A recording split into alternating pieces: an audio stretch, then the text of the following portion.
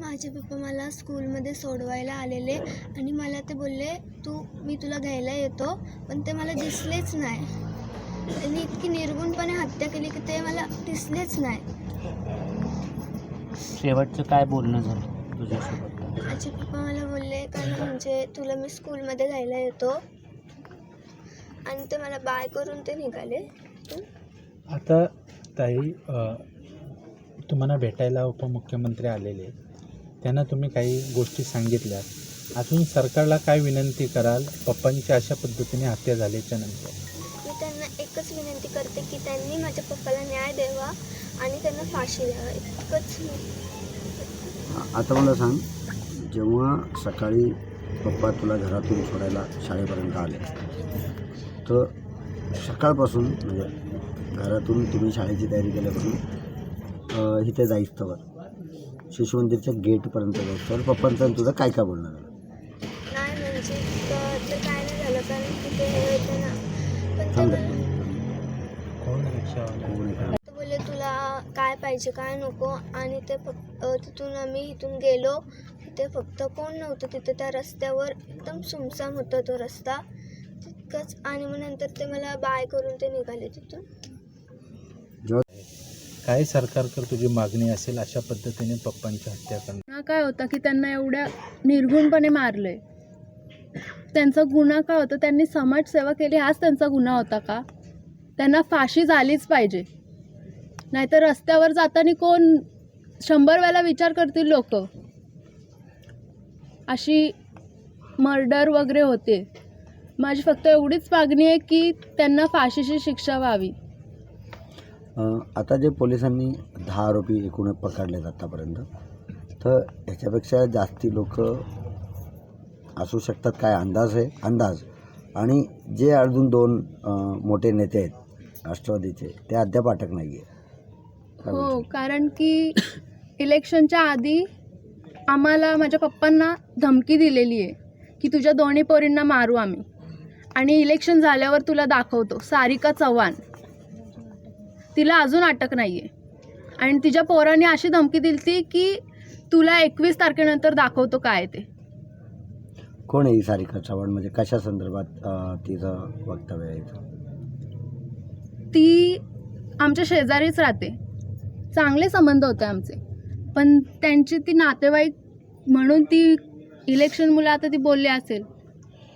इलेक्शनच्या दरम्यान काही लोकांनी धमकी दिली, काही हत्यारे आणली, असा स्वतः तुम्ही उपमुख्यमंत्री एकनाथ शिंदे साहेबांना सांगितलं. त्याबद्दल कधी पप्पांनी सांगितलेलं की अशा पद्धतीचं वातावरण आहे? मग पोलीस स्टेशनला तुम्ही गेला, पोलिसांनी तेव्हा सहकार्य केलं काय? नाही केलं, कधीच सहकार्य केले नाही, कारण की ते पोलीस सगळे त्यांच्याच बाजूने होते.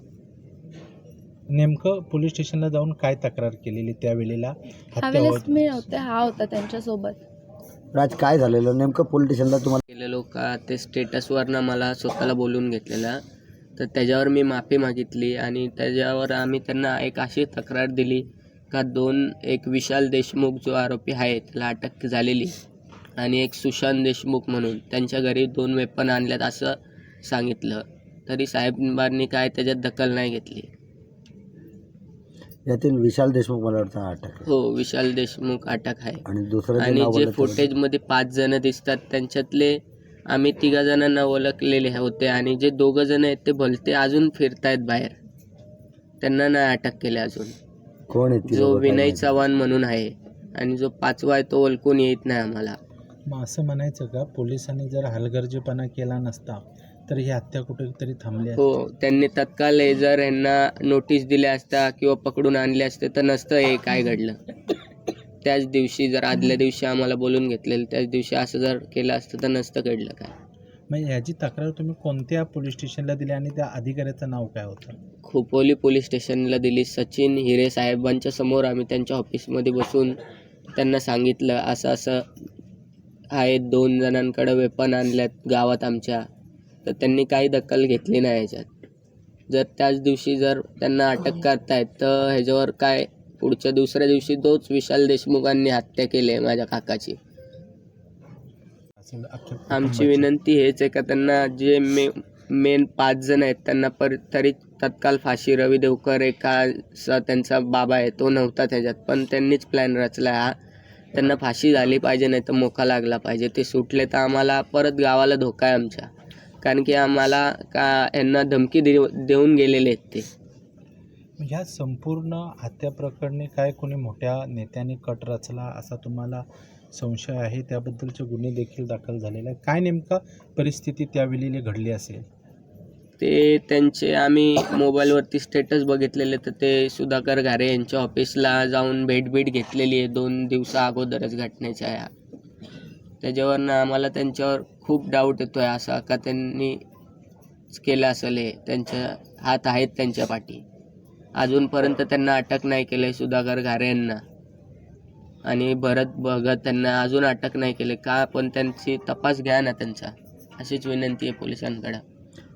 आपण पोलिसांना शेवटचं कधी पोलिसांकडे गेलं तर काय बोलणं झालं का तुमचं? शेवटचं कधी भेटला होता? नाही, पोलिसांना आम्ही तरी नाही गेलो, तोच गेलता सोबत त्यांच्या. शेवटची भेट पोलिसांची कधी झाली आणि काय चौकशी झाली? तेव्हाच ते 26 तारखेला ज्या दिवशी झाली त्याच दिवशी त्यांनी हे घेतले सर्व. नाही, आता त्याच्यानंतर जेव्हा चौकशी या सगळ्या चालू त्यासाठी चौकशीसाठी त्यांनी माझ्याकडनं एवढंच का, त्यांनी आम्ही जे स्टेटस टाकले ते, त्यांनी काय टाकले ते सर्व स्टेटस घेतले, त्याच्यावरती FIR दाखल केले त्यांनी दुसरी एक वेगळी. बस, बाकी याच्यावर तर काय नाही सांगितलं मला. माझ्या पप्पांनी काय चुकी केलेली की त्यांना इतकं निर्गुणपणे मारण्यात आलंय? काय केलेलं त्यांनी?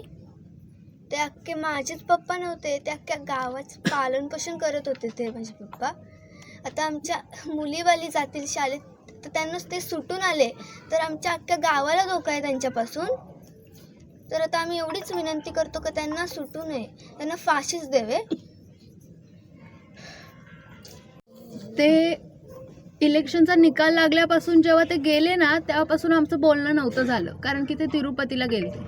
आणि ज्या दिवशी आले त्या दिवशी पण ते बाहेरच लोकांशी भेट घेत होते. आणि ज्या दिवशी झालं त्या दिवशी ही गेली, मी उठलेच नव्हते. मला झोपेतून डायरेक्ट उठले तेव्हा मला असं समजलं की माझ्या पप्पांची हत्या केलेली आहे. माझं बोलणंच नाही झालं. यात आमचा काय गुन्हा आहे? त्यांचं काय दोष आहे? त्यांनी समाजकारण केलं, समाजाच्या सेवेसाठी त्यांनी त्यांचं पूर्ण, आमच्यासोबत तर कमीच, लोकांसोबतच जास्त, समाजातच जास्त ते राहिले. त्यात त्यांचा काय गुन्हा होता? त्यांनी समाजची सेवा केली. चेहरा नाही दाखवला आमचा. त्यांना त्यांना निर्गुणपणे मारण्यात आलं होतं. पण हे का? त्यांनी चुकी केलेली का काय तर त्यांना इतकं म्हणजे मारण्यात आलेलं? माझा काय दोष आहे की मी त्यांचा चेहरा सुद्धा बघितला नाही. जेव्हापासून 21 तारखेपासून त्यांचा चेहराच बघितला नाही. त्यांना आणलं तेव्हा पण त्यांना कापडातच हे केलं, तर शेवटचा चेहरा सुद्धा बघून नाही दिला आम्हाला. आम्हाला न्याय भेटलाच पाहिजे. त्यांना फाशी किंवा मोका, त्यांना फाशी व्हायलाच पाहिजे. आणि त्यांना अजून ज्यांनी केलंय त्यांना पोलीस प्रोटेक्शन देत आहेत. आणि त्या गावकऱ्यांचं काय? ते सुटून आले तर लोक त्या रस्त्यावर जायला घाबरतील. त्यांनी एवढं हे केलेलं आणि पोलीस सुद्धा त्यांनाच प्रोटेक्शन देत आहेत. त्या गावकऱ्यांचं काय? आमची एकच मागणी आहे का त्यांना फाशीची शिक्षा झाली पाहिजे, तर नाही तर मोका लागला पाहिजे. करणार आहात का? पोलिसांकडे आम्ही नोटीस दिलेल्या आहेत का आम्हाला या घरांपासून धोका आहे, हे घरं तुटली पाहिजेत, अशी आमची मागणी अख्ख्या गावाची, यांची सर्वांची. कारण की ते आले का परत आम्हाला कोणाला पण आम्हाला मारतील अशी आमची हे दिलेली, आम्ही त्यांच्याकडे नोटीस दिलेली आहे. नगरपालिकेत पण ती घरं इथं नको आहेत अशी नोटीस दिलेली आहे. फिर्यादीमध्ये जे आरोपी आहेत त्यांना अटक व्हावी यासाठी पण काही निवेदन देणार आहात का? हो, मी सांगितलेलं आहे त्यांना का जे 5 जण दिसत आहेत फुटेजमध्ये त्याच्यातले 3 जणच मेन आहेत. अजून 2 जण ते कुठे आहेत, कोण आहेत? त्यांनी रुमाल बांधलेलं होतं, पण त्याच्यात विनय चव्हाण हा ओळखला जातोय मला, मी बघतोय तर, पण त्याला अजून अटक नाही केलं. अजून तो फिरतोय बाहेर. तो कुठला आहे नेमका? तो याच गावातला आहे आणि त्या फुटेजमध्ये दिसून येतोय नंतर शेवटला पलतानी. तरी अजून त्याला अटक नाही केलं आहे. 5वा जो व्यक्ती आहे तो ओळखला नाही आहे आम्ही.